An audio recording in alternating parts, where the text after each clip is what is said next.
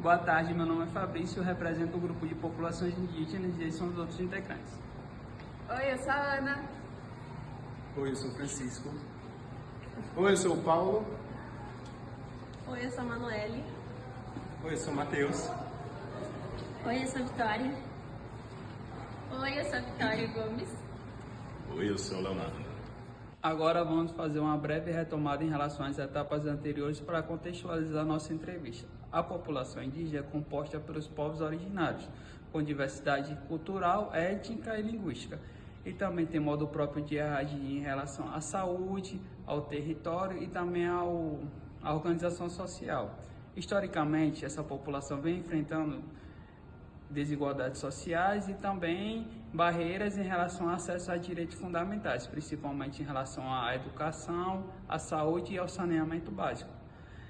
Por meio disso foram criadas políticas públicas como o Distrito de Saneamento Especial Indígena, a Secretaria Especial de Saúde Indígena e as equipes multidisciplinares que têm como intuito garantir um acesso igualitário e respeitoso a toda essa população, mesmo sabendo todas as dificuldades enfrentadas. Por meio disso, a gente escolheu o tema de saúde indígena para o nosso podcast, em especial as dificuldades enfrentadas pelo profissional de saúde em um ADCEI. E agora a gente vai iniciar nossa entrevista com a doutora Carla Amêndola, que atua na atenção primária de saúde indígena. Bom dia, eu sou a Manoele e hoje eu estou aqui com a doutora Carla para fazer a entrevista. Bom dia, doutora Carla. Bom dia, Manu, tudo bem? Tudo. Doutora, você pode fazer uma breve introdução sobre você e como que é a sua atuação aí na saúde indígena? Claro, Manu. Eu me chamo Carla, eu tenho 28 anos, eu atuo no DCEI Médio Rio Solimões, é um distrito sanitário que fica dentro do estado do Amazonas, a 24 horas mais ou menos de Manaus, de lancha, né, de barco fica 3 dias, mais ou menos. Eu fico localizada, né, na aldeia Estrela da Paz, Polo Base de Bugaio, em torno aí, no motor 90 a 20 minutos do município de Jutaí e no motor 40 dá uns 45 minutos do município de Jutaí. Estou há 6 meses aqui na comunidade, né, Estrela da Paz, porém eu não fico somente aqui nesse polo. Eu atendo também mais 19 aldeias que fazem parte desse distrito dentro desse polo, né? Então, são 19 aldeias, fora essa, totalizam em 20. E aí eu acabo ficando 15 dias aqui no Estrela da Paz e os outros, vamos colocar aí 12, 13 dias dentro das outras comunidades ao redor. A mais longe acaba ficando em um outro distrito, que nem Jutaí, é Fonte Boa, né? E dá mais ou menos 1h30 num 90, mas num 40 a gente leva quase 2 horas para chegar lá, tá? E atualmente eu atendo aqui 3 etnias, que é Ticuna, Cambeba e Cocama, porém, como eu fico em uma área, acaba sendo de transição, porque eu fico próxima ao município e todas as outras comunidades de outros polos passam por aqui, eu acabo atendendo em necessidade etnias como Madirraculina e Canamari, né? E eu acho que é isso. Certo. Doutora, no seu cotidiano de trabalho, quais são as principais dificuldades que você enfrenta para conseguir oferecer um atendimento adequado, seja em relação à estrutura, acesso dos pacientes ou continuidade do cuidado? Nossa, Manu, as dificuldades são muitas, né? Acho que vamos por partes aí. Falando com Sim. relação à estrutura, aqui nós somos uma unidade básica de saúde, a gente chama de UBSI, o I que é de indígena. A gente tem um suporte para atenção primária, porém, a gente não faz atenção primária, a gente faz muito mais do que isso. E a gente não tem suporte medicamentoso, estrutural e de equipamentos para aguentar, né, um suporte secundário, vamos falar assim. Então, por exemplo, esse mês eu atendo no Polo de Bugaio, mas eu estou 100% à disposição das remoções do BIA, que fica a 9 horas daqui no motor 40, e eu não tenho nem suporte para fazer a remoção, principalmente por conta da estrutura, né? Porque eu não tenho os equipamentos necessários nem para trazer depois esse paciente para cá, nem medicamentoso, então eu dependo, né, de uma parceria do município, e a gente não tem uma boa parceria com o município, então é muito difícil essa divisão, né, de medicamentos, vamos falar assim, porque já é um local bem carente, então eles não têm nem para eles. E uma outra dificuldade que eu tenho também é de fazer esses encaminhamentos desses pacientes para o município, justamente por conta da discriminação. Vamos colocar aí que nós somos o homem branco, né? E os indígenas, os povos originários. Então, quando a gente tira esse paciente aldeado da aldeia para receber uma avaliação do hospital, porque a gente não tem suporte nenhum aqui, a gente percebe essa diferença entre o médico que está lá tratar o nosso paciente indígena, mesmo que ele fale português, porque parece às vezes que é um português diferente, porque eles entendem o processo de saúde e doença completamente diferente, né? Então, conversar com eles gasta um pouco mais de tempo, porque a gente precisa explicar detalhe por detalhe, não só dos sinais e dos sintomas, mas como também do próprio português. E a gente sente essa dificuldade quando a gente leva os nossos pacientes indígenas para lá, a gente vê o médico respirando fundo para atender os nossos pacientes, e isso acaba levando, às vezes, um atrito, porque não tem como nós, enquanto médico deles, não abraçar essa causa, né? Outra dificuldade que a gente tem muito grande as nossas lanchas, né? Nós tínhamos duas lanchas, por exemplo, uma motor 90, que é mais rápido, outra motor 40, que é mais lento. Só que as nossas lanchas, elas estragam muito rápido, Manu, porque a gente carrega muito peso, porque nós temos uma equipe multidisciplinar grande, graças a Deus. Só esse mês que a gente entrou um pouco desfalcado. Então, a gente carrega muito equipamento, medicamento, principalmente equipamentos dos dentistas. Então, é peso, fora os funcionários, né? Da DCEI. Então, o nosso motor não aguenta. O nosso 90, por exemplo, quebrou, a gente só tem um 40 que ontem quebrou. Então, eu tenho que começar a minha rota na terça-feira, dia 5, né, terça-feira, e a gente não sabe nem como vai fazer isso, né? Para levar a saúde a essas outras populações mais isoladas. E a principal que eu acho, assim, dificuldade não é nem medicamento, porque a gente sempre dá um jeito. A barreira linguística também nem sempre é um problema, porque parece que Deus assim capacita a gente quando a gente está aqui, a gente consegue dar conta de tudo. Mas é a questão da seca, né, da estiagem e da cheia. Por quê? A cheia é bom porque a gente consegue chegar às outras comunidades. A cheia é geralmente de janeiro a julho, quando chove bastante. Porém, ela também é um grande problema, porque ela traz enfermidades diferentes da seca, né? Muda a sazonalidade, não é, porque tá frio, porque aqui dificilmente faz frio, é só cheia e seca. E tem comunidades que alagam, mano. E a gente não consegue chegar nessas comunidades alagadas, porque a gente precisa descer do barco. E como que a gente desce? Não tem como nadar, né? Então, a gente não consegue chegar nessa comunidade mesmo com a cheia, né? E o nosso problema da seca, que geralmente aí começa às vezes julho e às vezes agosto, vai depender mesmo, né, dessa estiagem, é que a gente não consegue levar saúde para essa população porque o barco também não chega. Um rio que hoje, né, que é o Solimões, que está super largo, ele diminui muito. Ele a gente consegue, né, adentrar essas comunidades, porque ainda assim tem rio. Só que a gente tem, por exemplo, a minha comunidade aqui, que ela praticamente uma ilha, que ela está ilhada por um outro rio, que é o Jutaí, que descarrega, né, ali nos Solimões, e ele seca. E o nosso barco fica lá nos Solimões, a mais ou menos 3 quilômetros. Ou seja, a gente precisa caminhar até os Solimões com equipamento nas costas, medicamento, equipamento médico, de dentista, né? E imagina, a gente não anda só até o barco. Tem comunidades que não é só os Solimões, que tem os rios pequenos, e a gente não chega de barco, a gente chega andando. Então, a gente chega completamente fadigado e ainda assim precisa a atender essas populações. E então a minha dificuldade maior são essas, não é nem a falta de medicamento, mas todo, né, esse conjunto mesmo. Certo. E ao longo da sua experiência, você precisou adaptar a sua forma de atendimento para respeitar a cultura, os costumes dessas populações? Você pode dar algum exemplo, como isso acontece na, na prática?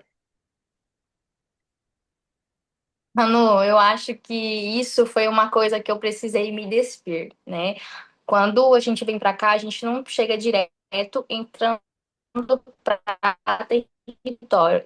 Nós fazemos um curso de 30 dias em Brasília, justamente para, né, de atendimento, mas também alimentar, né? Porque é realmente um choque.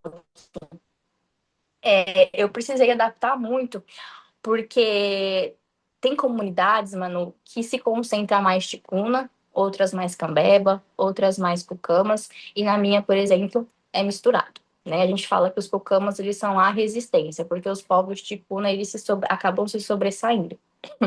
E o que que acontece?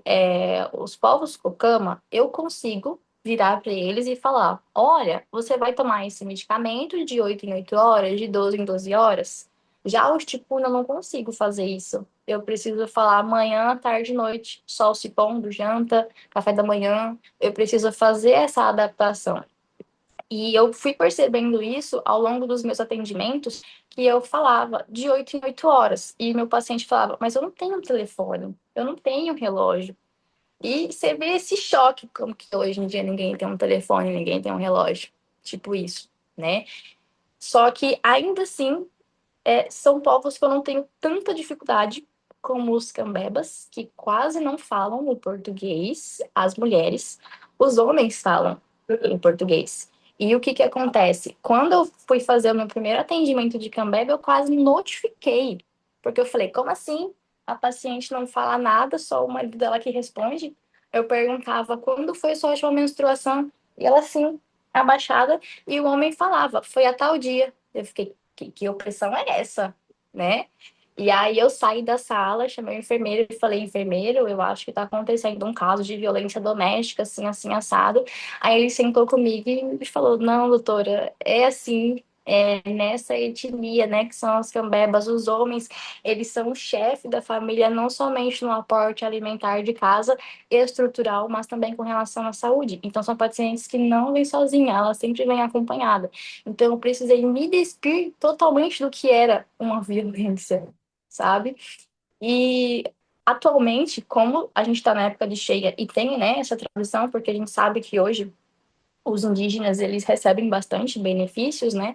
Eles precisam sacar o Bolsa Família deles, o auxílio doença, tudo na cidade mais próxima, né, que é Jutaí, e eles acabam fazendo essa transição, né, do Polo Base Biá, que fica mais ou menos 9 horas daqui, e eles, quando eles passam por aqui, eles ficam por aqui semanas. E é uma população, mano, que não fala português. Eles falam pequenas frases objetivas. Por exemplo, você pergunta, tá com dor? Fala, é. Aí você, onde? É. Aí você tem que pedir para o paciente deitar, fazer um bom exame físico sem anamnese. Porque nem o homem e nem a mulher sabe falar o português. A menstruação deles, eles trabalham com lua, né? Você não pode perguntar quanto tempo foi sua menstruação? Não. Há quantas luas foi a sua menstruação? Cada lua é um mês, né? E é uma população. E eu também, ainda hoje, eu tenho dificuldade porque eu não consigo diferenciar a criança menina do menino, porque eu vivo errando, porque eu falo, ele tem isso, desculpa, ela, porque roupa, para eles, é só roupa. Não é roupa de menino, roupa de menina. É só roupa. Ontem mesmo eu atendi uma criança de 3 anos que eu achei que fosse menina, mas não era. Tava de cropped de rosa e short do Hulk. Eu era do Hulk, eu era do Homem-Aranha. E na hora que eu falei, o que que foi com essa mocinha? E aí falou, é menino. Aí eu, ai, que vergonha. E assim vai indo, sabe? Então a minha maior dificuldade são com essa população que faz essa transição mesmo. E eu precisei me despir mesmo de tudo que eu tinha de preconceito relacionado a indígena, porque a gente sempre acha que eles são iguais àqueles que a gente vê, né, nas mídias sociais, no Instagram, no TikTok, e não tem nada a ver, Manu, nada. Certo. E pensando na sua vivência na prática, quais são os principais problemas de saúde que mais chamam sua atenção e acabam sendo mais desafiadores no seu atendimento diário? Manu, aqui a gente tem muitas doenças dermatológicas, né? E eu acho que isso é um ponto fraco de todo médico, né, que não é especialista em dermatologia, né? E não tem uma comunidade que eu não vá que não tenha doenças dermatológicas, né? Praticamente, aqui tem muito pitiríase versicolor em bebês, só para você ter uma ideia, em bebês, né? Nós temos um apoio do HUGV e fica lá em Manaus, Hospital Getúlio Vargas de lá, e temos os especialistas pelo telesaúde. Então, as nossas consultas com a dermatologia, eles respondem, né, em no máximo 24 horas. Então, assim, isso facilita muito, porque eu não preciso retirar esse indígena que é aldeado e levar ele para Manaus. Até porque a gente tem, né, um gasto muito grande, Manu. Só para você ter uma ideia, uma remoção nossa de um paciente, ela custa quase R$ 5.000 de barco. Só para você ter uma ideia, né? Então, a gente tem esse apoio da telemedicina, com a HUGV, a gente tem, assim, inúmeras especialidades, né? Não só, inclusive de cirurgia, ortopedia, medicina da família e comunidade, inclusive, também, ginecologista, reumatologista, neurologista. Então, a gente consegue, né, fazer o acompanhamento desse paciente sem precisar retirar ele da comunidade, a menos que seja realmente necessário. Então, as doenças dermatológicas foram, assim, um ápice aqui para mim. E principalmente, Manu, eu conto assim no dedo, paciente meu que não tem problemas renais por conta da água. Aqui a gente não tem uma água de boa qualidade. Ah, Manu, você pode perguntar para mim, ah, doutora, mas vocês não têm filtro? Tem. Tem filtro, tem poço, mas o poço, na cheia, ele cobre, né? Aí, ou seja, aquela água lá já não serve. A água dos Solimões é uma água barrenta, não tem filtro que limpe aquela água, mano. Não tem filtro que limpe aquela água. Então, a gente tem que tomar água com hipoclorito. Só que nós, brancos, somos acostumados e podemos fazer essa adaptação. Só que o indígena aldeado, ele fala que ele não quer tomar com hipoclorito, por conta que eles falam que o gosto é muito ruim, que fica salpicando. Assim eles dizem a língua deles.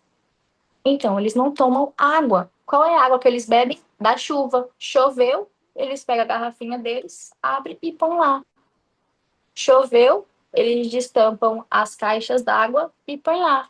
Assim é o banho, assim é para tomar água. Por isso, tantas doenças dermatológicas e renais. Eles tomam banho na água do rio. E se a gente colocar que a gente tem o garimpo, aqui tá cheio de mercúrio essa água. Não só a água, como esses peixes, né? E eles escovam também, né, os dentes na água do rio Solimões. Então, eu tenho muito essa dificuldade justamente pelas condições não só climáticas, mas ambientais daqui. Então, as doenças dermatológicas e renais foi o que mais me pegou assim, sabe? A sorte é que a gente tem o apoio da telemedicina mesmo, lá de Manaus, e auxilia a gente. Então, todo paciente que eles olham e vê que não dá para resolver via internet, igual nessa chamada que a gente está fazendo, que é geralmente assim que são as consultas, a gente leva eles para Manaus. E aí, onde eles ficam, né? Em Manaus, o que também é um problema. A gente tem a CASAI, que é a Casa de Apoio à Saúde Indígena. Não é uma casa hospitalar, lá não tem médico, só tem enfermeiros e técnicos de enfermagem. E lá é uma casa de transição. Como que seria isso? Esse paciente sai do polo base de Bugaio, da Aldeia Estrela da Paz, vai para a casa de apoio em Jutaí. Na casa de apoio de Jutaí, ele vai para a casa de apoio de Manaus. E de lá de Manaus, ele faz, né, as transições para o hospital. Teve alta, pegou a receita, vai, medicamentos que são via oral, volta para a casa de apoio, termina o tratamento na casa de apoio via oral, tá? E aí retorna para a casa de apoio de Jutaí e só depois ele vem para cá. Então, tem paciente, nunca é só, ai, vamos lá ficar 7 dias. É meses, por conta dessas transições que a gente tem. Então, a gente tem essa dificuldade de retirar esse indígena aldeado, por isso a gente tem esse apoio da telemedicina. Certo. E agora, quando ocorre uma situação de emergência na comunidade que não pode ser resolvida localmente, como que é realizado o encaminhamento do paciente para um serviço de maior complexidade? Agora a gente chegou num ponto delicado, né? Porque assim, Manu, como eu falei para você, né, que tem essa discriminação. É como se eu só pudesse enviar o paciente grávida aqui, que eu realmente não consigo resolver, tá? A gente tem agora, por conta desse problema com as nossas lanchas, o apoio da Polícia Nacional. Só que, como eu te falei, aqui o litro da gasolina ele custa R$ 8 e alguns quebrados, né? E o barco, né, a lancha, ela não anda igual o carro. 50 litros é só numa ida ali, né? Pra Jutaí. Então, só para você ter uma ideia, a Polícia Nacional cobra da gente 400 litros de gasolina para fazer uma remoção. 400 litros de gasolina. Eu posso simplesmente ligar, né, e falar, tô enviando um paciente aí? Não posso. Quando eu tenho um paciente grave aqui, eu tenho que ligar para o distrito sanitário, informar o que está acontecendo, o distrito sanitário ligar para a casa de apoio mais próxima, a casa de apoio me ligar, eu torcendo nesse momento para que o paciente não esteja morrendo, porque não é muito rápido, né? Me ligar, perguntar o que está acontecendo, eu falar novamente o que está acontecendo e solicitar a remoção desse paciente. E aí eles liberam só assim, né, as cotas de gasolina. Então, não é fácil a gente tirar um paciente daqui por conta das burocracias que regem a ADSEI. E aí, eu te falo, tem lugares, Manu, que a gente não consegue acessar de lancha, que é só de helicóptero, entendeu? Então, você imagina, se um paciente custa quase R$ 5.000 de lancha, imagine de helicóptero. Recentemente, lá no Polo Base do Biá, acho que acredito que tem 2 semanas, uma gestante, ela estava de 32 semanas, ela foi tomar banho no rio, escorregou e caiu sobre a barriga dela.